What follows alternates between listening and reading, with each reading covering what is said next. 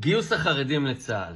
הרבה מאוד זמן התלבטתי אם להתבטא בנושא, כן או לא, ואני חושב שבעקבות כל השמועות והשטויות שרצות, בין היתר גם בתקשורת, בעיקר על ידי הפוליטיקאים שלנו, הגיע הזמן לעשות סדר בדברים. עכשיו תגידו לי, על מי אתם עובדים? אתם באמת רוצים לגייס חרדים לצבא? אני יכול להגיד לכם שבצה"ל לפחות לא באמת עושים הכל כדי שזה יקרה. אלפי חרדים מאז תחילת המלחמה רצו להתגייס, ולא קיבלו אותם לצבא, מכל מיני תירוצים של עומסים קשקושים במיץ. עכשיו, יותר מזה, בואו נודה על האמת. רוצים עכשיו לקחת ילד שכל החיים שלו, מגיל 3, למד בחיידר, לא היה לו שיעורי ספורט, לא יודע מה זה צבא, לקחת אותו באמת מאפס ולהעביר אותו תהליך הכשרה ארוך להיות לוחם, אני מקבל. אבל האם הבסיסים מספיק מונגשים לאותה חברה שהיא ייחודית? האם באמת אנחנו יכולים לאפשר לו מקוואות ולימוד תורה?